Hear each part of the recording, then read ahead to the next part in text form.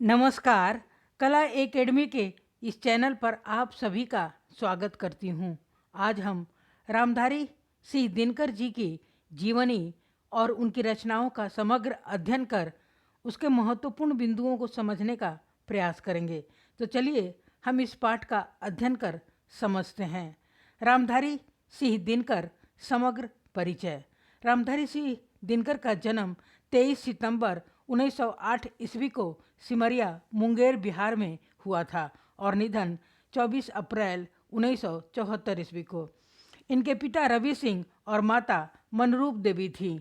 इनके काव्य गुरु महावीर प्रसाद द्विवेदी और आध्यात्मिक गुरु ये रामकृष्ण परमहंस को मानते थे। रामधारी सिंह दिनकर के उपनाम इस प्रकार हैं। इन्होंने स्वयं को दिनकर कहा, आगे ने इन्हें समय सूर्य कहा, मुक्ति बोध ने राग व आग का कवि कहा, माखनलाल चतुर्वेदी ने युग की ज्वाल भाल कहा, महादेवी वर्मा ने अग्नि संभव कहा और द्वारिका प्रसाद सक्सेना ने अनल का कवि कहा। दिनकर छायावादोत्तर काल एवं प्रगतिवादी कवियों के सर्वश्रेष्ठ कवि थे।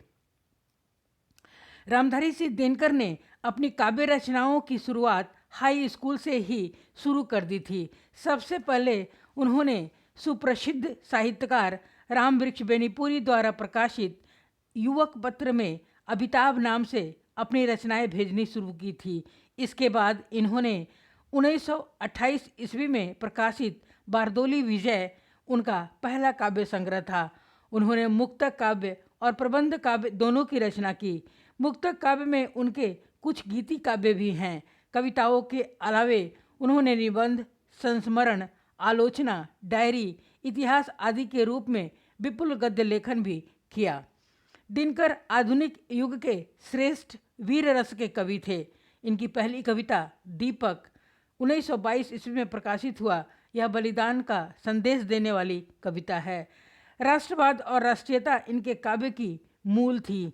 इस कारण इन्हें युग चरण व काल के चारण की संज्ञा दी गई है।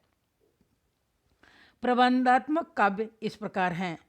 पहला है प्रणभंग 1928 ईस्वी, यह खंड काव्य है। दूसरा कुरुक्षेत्र 1946 ईस्वी, यह महाकाव्य है। तीसरा रश्मिरथी 1952 ईस्वी, यह खंड काव्य है। और चौथा उर्वशी 1961 ईस्वी, यह भी खंड काव्य है। दिनकर के काव्य संकलन इस प्रकार हैं।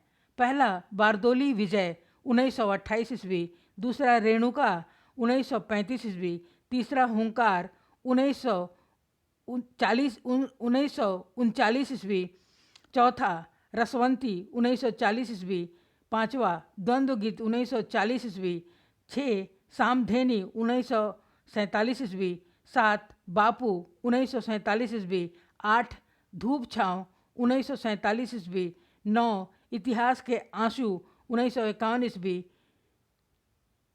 10 धूप और धुआं 1951 ईस्वी, 11 मिर्च और मजा 1951 ईस्वी, 12 दिल्ली 1954 ईस्वी, नीम के पत्ते 13 नीम के पत्ते 1954 ईस्वी, 14 नील कुसुम 1954 ईस्वी, 15 सूरज का काव्य 1955 ईस्वी, 16 चक्रवाल 1956 ईस्वी, 17 कविश्री 1957 ईस्वी, 18 सीपी और शंख 1957 ईस्वी, 19 नए सुभाषित 1957 ईस्वी, 20 कोयल और कवित्व 1959 ईस्वी, 21 रामधारी सिंह दिनकर 1960 ईस्वी, यह 27 कविताओं का संकलन है।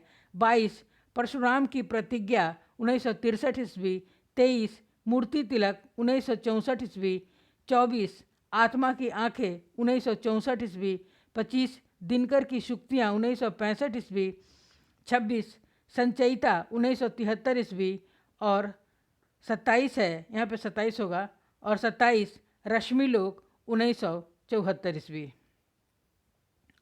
दिनकर जी के निबंध संग्रह हैं। पहला मिट्टी की ओर 1945 ईस्वी, दूसरा अर्धनारीश्वर 1952 ईस्वी, तीसरा रेती के फूल 1954 ईस्वी, चौथा हमारी संस्कृति 1956 ईस्वी, पांचवा उजली आग 1956 ईस्वी, 6 रेणुबन 1958 ईस्वी, 7 धर्म नैतिकता और विज्ञान 1959 ईस्वी, 8 वट पीपल 1961 ईस्वी, 9 साहित्यमुखी 1968 ईस्वी, 10 आधुनिकता बोध 1973 ईस्वी, 11 चेतना की शिखा 1973 ईस्वी और 12 है विवाह की मुसीबतें 1974 ईस्वी।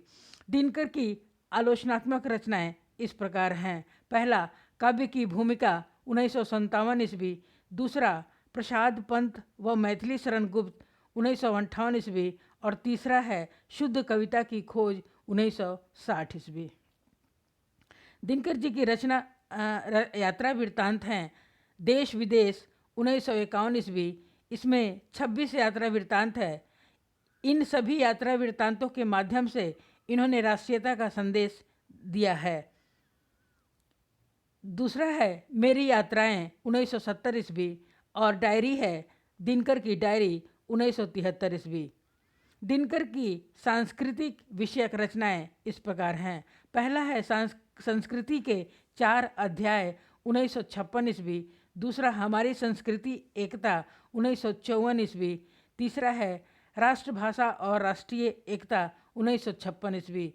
दिनकर की अन्य रचनाएं हैं उजली आग 1956 ईस्वी, यह लघु कथाएं एवं गीतों का संकलन है। दूसरा है शेष निशेष 1985 ईस्वी, यह संस्मरण संग्रह है। तीसरा, लोकदेव नेहरू 1965 ईस्वी। चौथा, संस्मरण और श्रद्धांजलियाँ 1969 ईस्वी है। समकालीन साहित्यकारों पर आधारित यह संस्मरण संग्रह है। दिनकर के विषय में विशेष तथ्य और साहित्यिक सम्मान इस प्रकार हैं। पहला, दिनकर 1952 से 1964 तक राज्यसभा के सदस्य रहे। दूसरा, वे भारत सरकार के 1955 से 1971 तक हिंदी सलाहकार थे। तीसरा, भागलपुर विश्वविद्यालय के वे 1964 से 1965 तक कुलपति रहे। चौथा है वर्ष 1946 में प्रकाशित कुरुक्षेत्र रचना के लिए उन्हें काशी नागरी प्रचारणी सभा उत्तर प्रदेश और भारत सरकार से सम्मान मिला था। पांचवा है 1959 ईस्वी में संस्कृति के 4 अध्याय रचना के लिए साहित्य अकादमी पुरस्कार से उन्हें सम्मानित किया गया था। 6 नंबर का है भारत के प्रथम राष्ट्रपति डॉक्टर राजेंद्र प्रसाद ने उन्हें वर्ष 1959 में पद्म विभूषण पुरस्कार से सम्मानित किया था। 7वां है वर्ष 1961 में रामधारी सिंह दिनकर की प्रसिद्ध काव्य रचना उर्वशी के लिए उन्हें ज्ञानपीठ पुरस्कार से सम्मानित किया गया। 8वां है बिहार राज्य के राज्यपाल जाकिर हुसैन, जो बाद में भारत के तीसरे राष्ट्रपति बने थे, उन्होंने रामधारी सिंह दिनकर को डॉक्टरेट की मानद उपाधि से सम्मानित किया था। 9 है वर्ष 1999 में भारत सरकार ने उनकी स्मृति में डाक टिकट भी जारी किया था। रामधारी सिंह दिनकर के महत्वपूर्ण रचनाओं के विषय में विशेष तथ्य हमने कुछ महत्वपूर्ण रचनाएं हैं उनके बारे में थोड़े थोड़े यहाँ पे लिख दिए हैं। पहला है बारदोली विजय 1928 ईस्वी। इस रचना में महात्मा गांधी के संरक्षण में सरदार वल्लभ भाई पटेल द्वारा किए गए सत्याग्रह एवं विजय का वर्णन है। मुख्य रूप से इसमें राष्ट्रीयता का संदेश है। दूसरा है रेणुका 1935 ईस्वी। इस रचना में श्रृंगारिक भावनाओं का चित्रण है। तीसरा है हुंकार 1939 ईस्वी। इस रचना में वर्तमान के प्रति मोह भंग होने का तथा अतीत के प्रति लगाव का वर्णन है। डॉक्टर बच्चन सिंह ने इस रचना को वैतालिक का जागरण गान कहा है। इसमें प्रमुख कविताएं हैं दिल्ली, विपथगा, हाहाकार, अनल क्रीट, प्रणति और हुंकार। रसवंती 1940 ईस्वी। इस रचना में दिनकर की छायावादी कविताएं हैं जिनमें रहस्यवादिता और प्रकृति चित्रण की प्रमुखता है। इसमें प्रमुख कविताएं हैं वर्षा, पावस, बसंत और मैं, नारी, बसंत और कोकिल। द्वंद्व गीत 1940 ईस्वी। यह रचना रहस्यात्मक द्वंद्व गीत कविताओं का संकलन है। यह मूलतः रुबाई संकलन है। इसमें कुल 115 रुबाइयाँ हैं। प्रमुख रुबाइयाँ हैं आस्था, वर्तमान, अतीत, पलायनवाद में द्वंद्व का चित्रण है। सामधेनी 1947 ईस्वी राष्ट्रीयता की भावना से संबंधित यह कविताओं का संकलन है। इसमें विश्व वेदना की अभिव्यक्ति हुई है।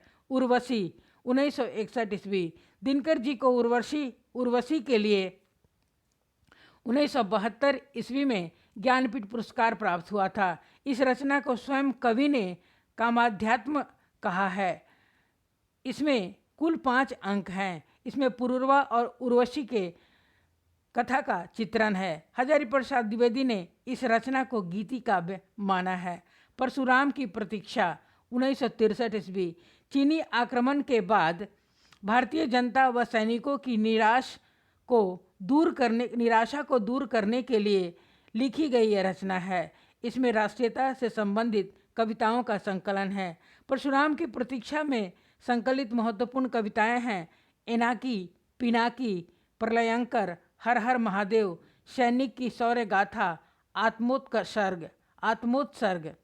परशुराम की प्रतीक्षा में प्रलयंकर पिनाक की टनकार है, विक्रम का विक्रम है, प्रताप का प्रताप है, वीरों का हुंकार है, सिंहों का सिंहनाद है, विलासियों का लास्य नहीं समर का अट्ठास है। यह डॉक्टर बिमल कुमार जैन का कथन है।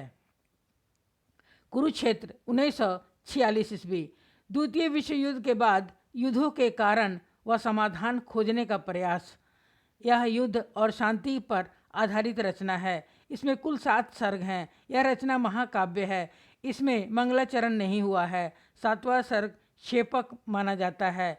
इसमें कुरुक्षेत्र युद्ध और संसार का प्रतीक है। युधिष्ठिर शांति के इच्छुक व्यक्ति का प्रतीक है और भीष्म पितामह संयुक्त राष्ट्र संघ का प्रतीक है।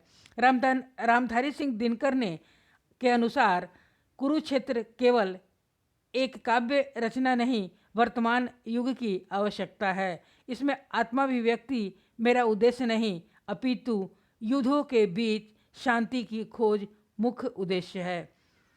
आप सबने इस वीडियो को सुना और देखा, इसके लिए मैं आप सभी का बहुत बहुत धन्यवाद करती हूँ। कृपया वीडियो को लाइक, सब्सक्राइब और शेयर अवश्य करें ताकि ज़रूरतमंद विद्यार्थी भी इससे लाभान्वित हो सके।